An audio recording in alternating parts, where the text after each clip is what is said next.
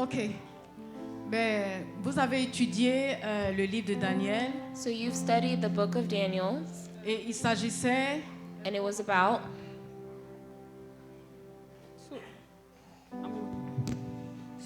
Based on the study we did, the Daniel story, voilà, il s'agissait pour Daniel et ses amis de choisir entre deux éléments, les fruits et les mets du roi. Daniel and his friend had to choose between fruit and the king's food.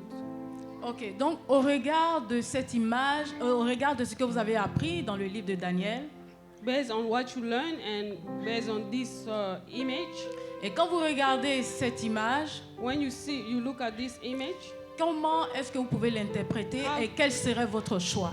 how can you interpret and what's going to be your choice? Eliora, tu peux y aller.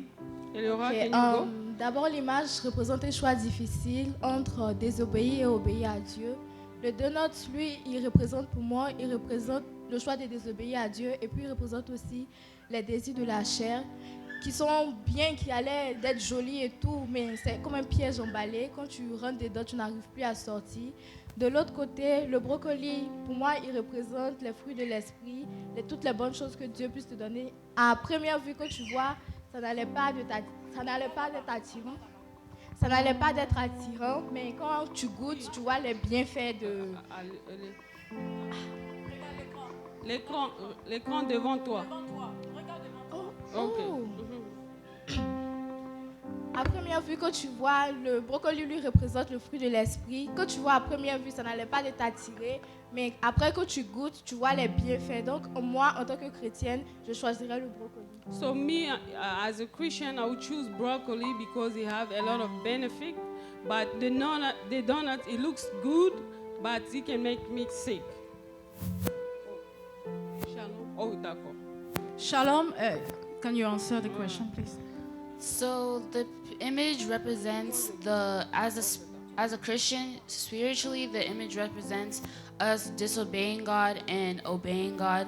For me, I would choose obeying God, and obeying God would have a lot of benefits for us because it would give us lots of peace, true joy, true happiness, because there's joy in the world, but that's not the true joy that God gives us, and that's why I would choose obeying God. Merci. Thank you. Merci. Next. Merci, Lisa. On passe à la prochaine image.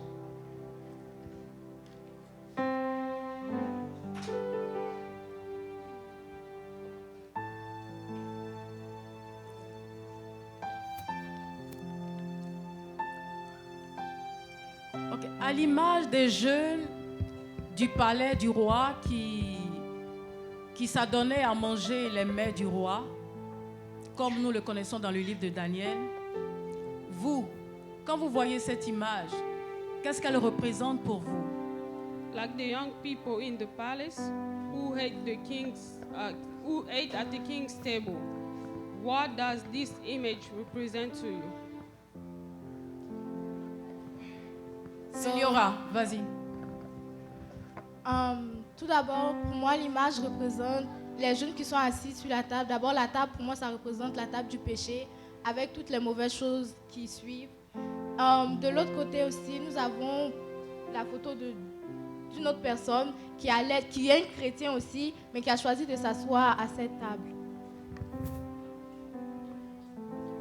Shalom. So the image represents, for me, it represents a bunch of people who have fallen from the glory of God and have eaten have disobeyed God.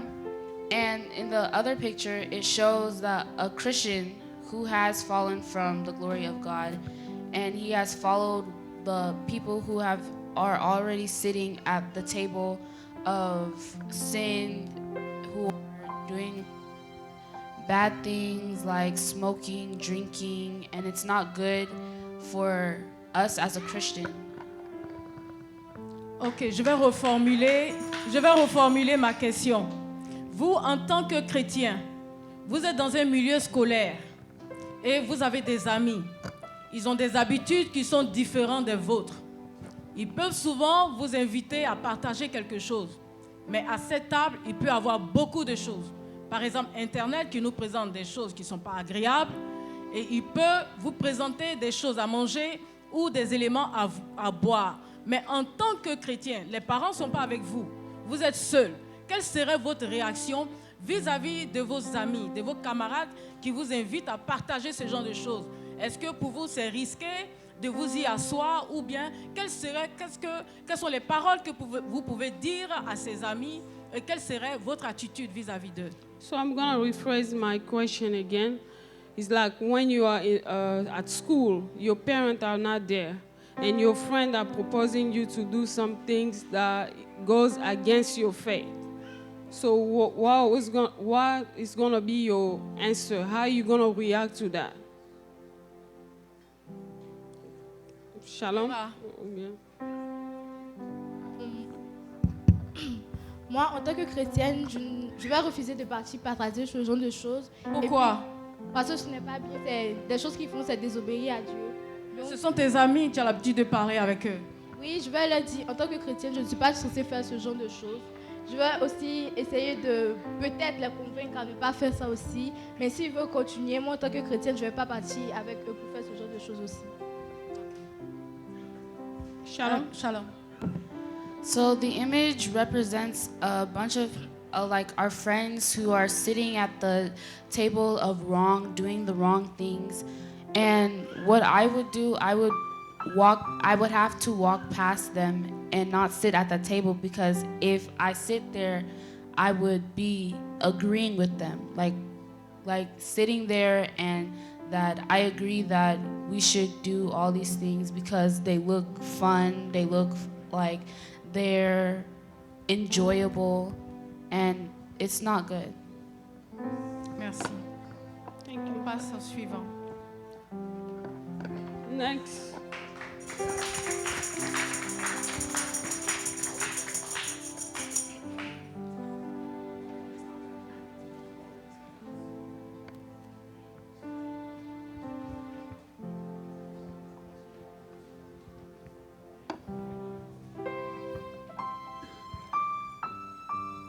Voilà. Daniel et ses amis ont résolu de ne pas se souiller et de ne manger que des légumes et boire de l'eau, malgré l'insistance de l'officier du roi. Alors, il peut arriver que, je prends un exemple, dans la famille, vous avez un ami de la famille, c'est-à-dire un tonton ou bien une tante qui fréquente beaucoup la famille, que vous respectez, à qui même les parents font beaucoup de confiance. Et un jour, la personne peut venir et vous faire une proposition qui n'est pas alléchante. C'est-à-dire une proposition qui soit contraire à la Bible. Mais c'est quelqu'un pour qui vous avez du respect, un aîné, un grand, un tonton. Mais quelles seraient vos réactions?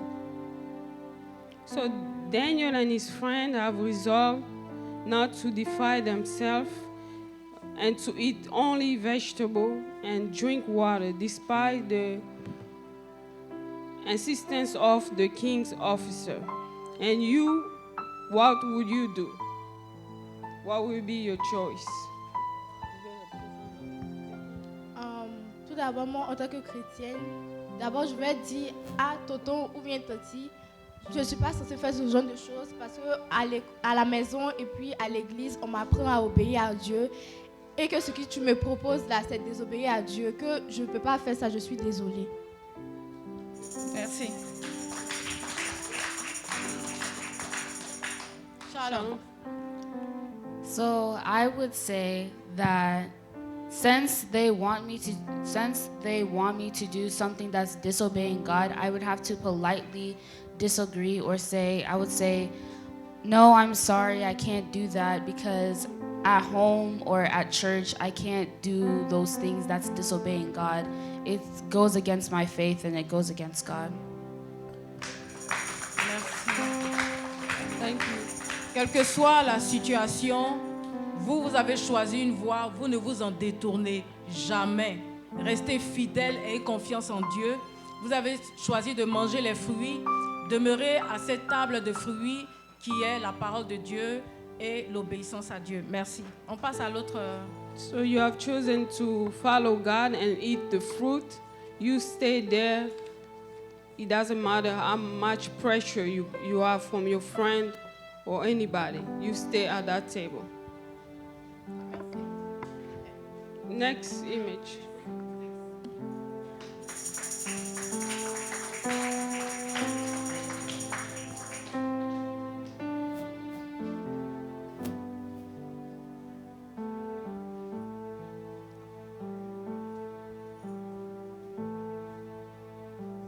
Ok. Daniel et ses amis étaient différents des autres jeunes du palais.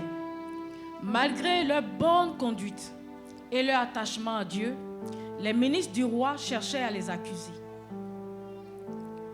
Êtes-vous conscient qu'être chrétien peut vous causer le rejet de la part des autres jeunes de votre âge?